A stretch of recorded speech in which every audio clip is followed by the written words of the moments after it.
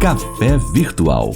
Apresentação: Regina Helena. Um programa da Sexta Igreja Presbiteriana de Uberlândia.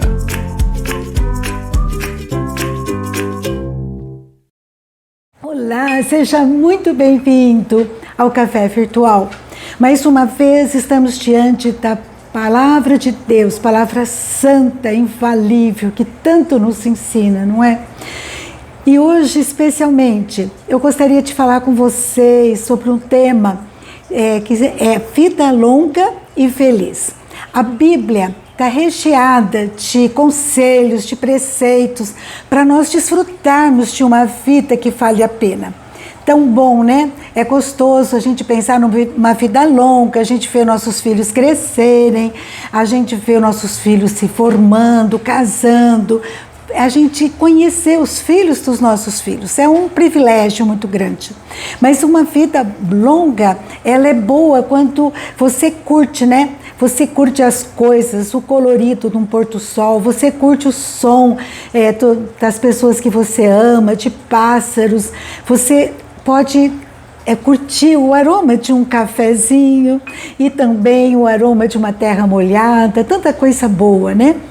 E nós vamos então pensar o que é uma vida longa, como obter uma vida longa e uma vida feliz. Nós temos muitos estudiosos que se debruçaram nesse tema e têm feito pesquisas em vários lugares do mundo.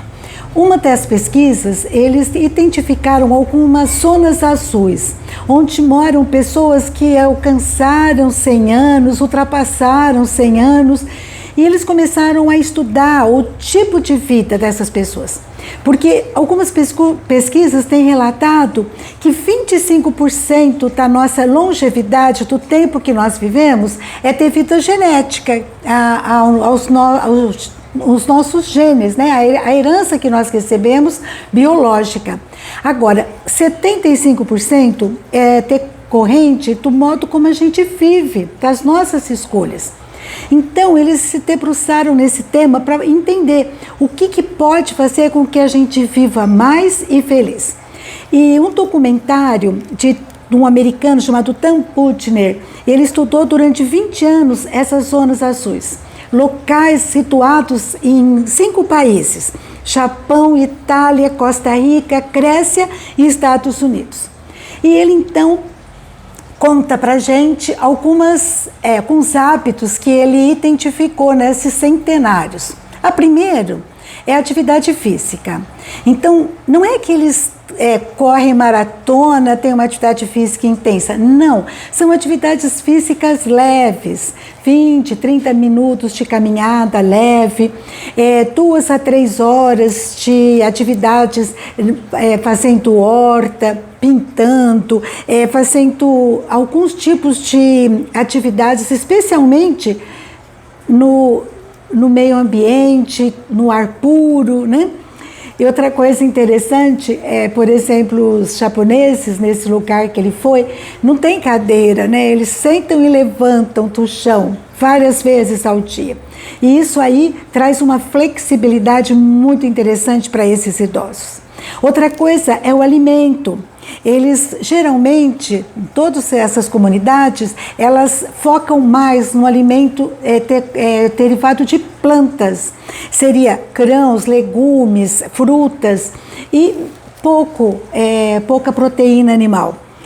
E outra coisa importante é a quantidade. Em Okinawa, no Japão, eles têm um conselho que eles passam já para os seus filhos.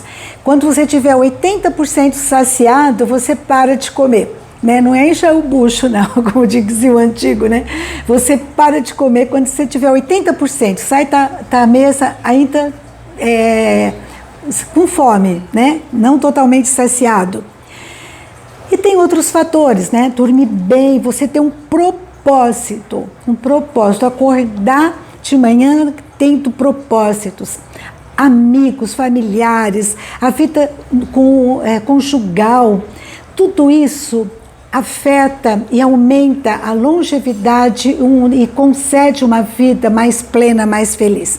E um dos temas muito interessantes é a espiritualidade.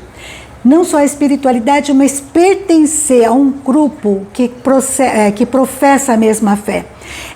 Dos 260 centenários, apenas 5 eram ateus. E realmente vários artigos têm mostrado que você seguir uma religião pode aumentar teu tempo de vida em até 9 anos. Tem artigos que falam isso. Por quê, né? Muitos comentam que esse fator é porque as pessoas que professam fé em Deus não fumam, geralmente não fumam, não bebem, tem uma vida mais metódica, sem estresse. É uma pessoa que tem gratidão no coração, que tem esperança quando as tempestades vêm, né? Que logo vai vir a bonança. A meditação é muito interessante. Aqui no Brasil, eles têm algumas zonas azuis. Uma delas lá no Rio Grande do Sul, chama uma cidadezinha pequena chamada Veranópolis. Descobriram também zonas azuis em Blumenau e Brusque, em Santa Catarina. Mas a Bíblia, ela tem recomendações para a gente e nos ensina, né, a olhar para a vida como algo passageiro. Moisés, no Salmos 90, ele diz assim, que a nossa vida, ela viceja e floresce, a tarde murcha e seca. E no versículo 9 diz, acabam-se os nossos anos como um breve pensamento. Os dias da nossa vida sobem a 70 anos ou em havendo vigor a 80. Nesse caso, o melhor deles é canseiro e enfado, porque tudo passa rapidamente e nós voamos. No versículo 12, ensina-nos a contar os nossos dias para que alcancemos coração sábio. Numa outra versão diz assim, é um pedido a Deus, faça com que saibamos como são poucos os dias da nossa vida, para que tenhamos um coração sábio. A gente tem que ter essa consciência que a vida é curta, nem sempre seremos jovens, fortes, então que a gente possa ter no nosso coração humildade para entender que a nossa vida é passageira e que devemos fazer daquilo que temos, desse privilégio de estarmos vivos, né? Uma grande banquete, um desfrute realmente memorável. Diz que perguntaram para um sábio, quantos anos você tem? E o sábio respondeu assim, eu não sei, eu sei quantos anos eu já tive, mas eles não são mais meus, eu gastei. Quantos anos que eu tenho, que eu vou dispor ainda para viver, se é um mês, se é 10 anos, 20 anos, seja quanto for, eu não sei. Mas a gente tem que ter sabedoria para desfrutar da melhor forma possível esses anos que ainda virão, com a graça de Deus, com a permissão de Deus. Então, meus amados, se você é jovem, eu não sei quantos anos você teve já e quantos anos você tem disponível pela frente, se prepare para a velhice. Se prepare para a velhice, encha teu coração de doçura, de alegria, de fé em Deus, porque é uma lei inexorável, tudo que a gente semear, a gente vai colher. Agora você, eu, né, que já estamos, né, velha guarda, que a gente possa pensar que se estamos vivos é porque Deus ainda tem um propósito na nossa vida. Muitos heróis da Bíblia, muitas pessoas assim, contemporâneas nossas, começaram uma nova trajetória já com idade avançada e tiveram uma mudança no seu estilo de vida, no seu propósito. Então, você está vivo, ainda há esperança de começar a escolher de uma forma sábia, né, com hábitos novos para enfrentar a idade que vai avançando cada vez melhor. Seja exercício, sono, alimentação, mas especialmente uma vida rica com Deus, uma vida interior rica, né, resolvida, com uma família também resolvida, sem cultivar raiva, né, perdoar. Nem sempre é fácil, né? Mas nós temos um Deus que nos ajuda, que nos ensina a perdoar. A gente procurar ter uma vida assim de tranquilidade, de alegria, com pessoas que faz bem para nós.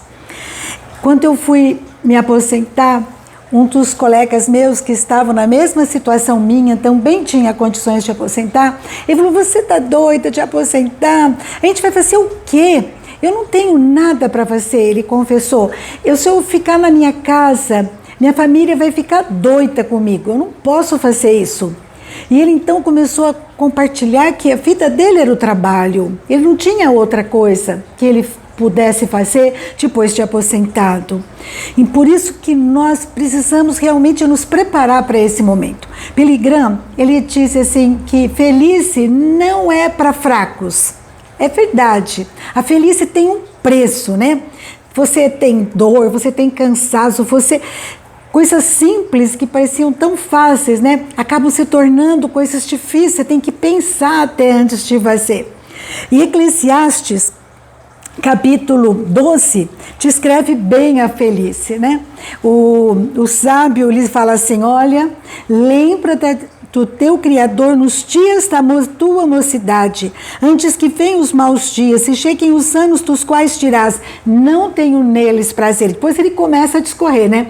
No versículo 3 ele fala: no dia em que tremerem os quartas da casa, os teus braços, né? Você não tem mais força para se defender, teus braços tremem, né? O dia em que você fica com as pernas fracas, né? Daí ele continua dizendo: e se curvarem os homens outrora fortes as suas pernas começam a enfraquecer, se dobrar, né? Você começa a arrastar chinelo, tem medo de cair. E depois continua: e cessarem os teus moedores da boca, né? Os dentes ficam fragilizados por já serem poucos, e ainda muitos já foram perdidos. E se escurecerem os teus olhos nas janelas, ele fala, a vista fica embaçada, né? Você perde o brilho dos olhos. Então, ele começa a falar, olha, os braços começam a tremer, você começa a ficar com a perna fraca, os dentes fragilizados, você já não enxerga tão bem, não escuta tão bem, não é? Mas nós estamos vivos porque Deus tem propósito. Só não envelhece quem morre. Nós temos que pensar na velhice como um privilégio, uma honra, uma oportunidade que Deus dá para a gente. E a gente tem que pensar muito nesse aspecto, e eu vi uma pesquisa, o resultado, que eu achei muito interessante. Van Teruel, 2020, ele estudou 74 mil mulheres durante 10 anos. E olha só que coisa interessante que ele escutou, que ele concluiu. Pessoas, essas mulheres, as que iam na igreja, que tinham uma fé em Deus, houve uma redução em 33% da mortalidade. Também houve uma redução no índice de depressão, e essas mulheres ficaram otimistas. Então, que a gente possa, na nossa vida, pensar no nosso físico, sim, atividade, sono, alimentação, mas no nosso mundo interior, uma vida consagrada a Deus. Olha só, então quem ia pelo menos uma vez na semana na igreja tinha esse aumento da longevidade, o aumento da qualidade da sua vida. Mas isso não é novidade, né? O salmista, lá em Salmo 92, ele já disse isso pra gente, né? Salmo 92, ele diz assim, olha só, que no versículo 12 a 15, o justo florescerá como a palmeira, crescerá como o cedro no Líbano. Plantados na casa do Senhor, florescerão nos atos do nosso Deus. Na velhice darão ainda frutos, serão cheios de seiva e de verdor, para anunciar que o Senhor é reto, Ele é minha rocha e nele não há injustiça. O salmista já fala para nós, olha, se você estiver plantado na casa do Senhor, se estiver firme na oração, firme com Deus, você vai dar frutos ainda na velhice, você vai ser cheio de seiva e de verdor. Para quê? Daí ele conclui, né? Para anunciar que o Senhor é reto, Ele é minha rocha e nele não há injustiça. Não importa a sua idade, você já compartilhou com seus filhos, com seus allegados, né? Sobre como você se converteu, as suas experiências com Deus, já anunciou que o Senhor é reto, grande coisa Ele tem feito na tua vida, na tua história. que a gente possa ser um instrumento de Deus para que as gerações futuras busquem a Ele, confiem nele. Que a nossa vida honre o nome do Senhor e cumpra o seu propósito. Qual é o seu propósito? Você é sobrevivente de uma pandemia. Deus tem um propósito na tua vida. Coloque-se na presença dele e fala: Senhor, qual é o propósito da minha vida? Eu quero obedecer. Que eu e você possamos fazer isso e obedecermos aquilo que Deus tem para mim e para você. Em nome de Jesus. Amém? Um grande abraço. Fica com Deus e até a próxima, se Deus quiser.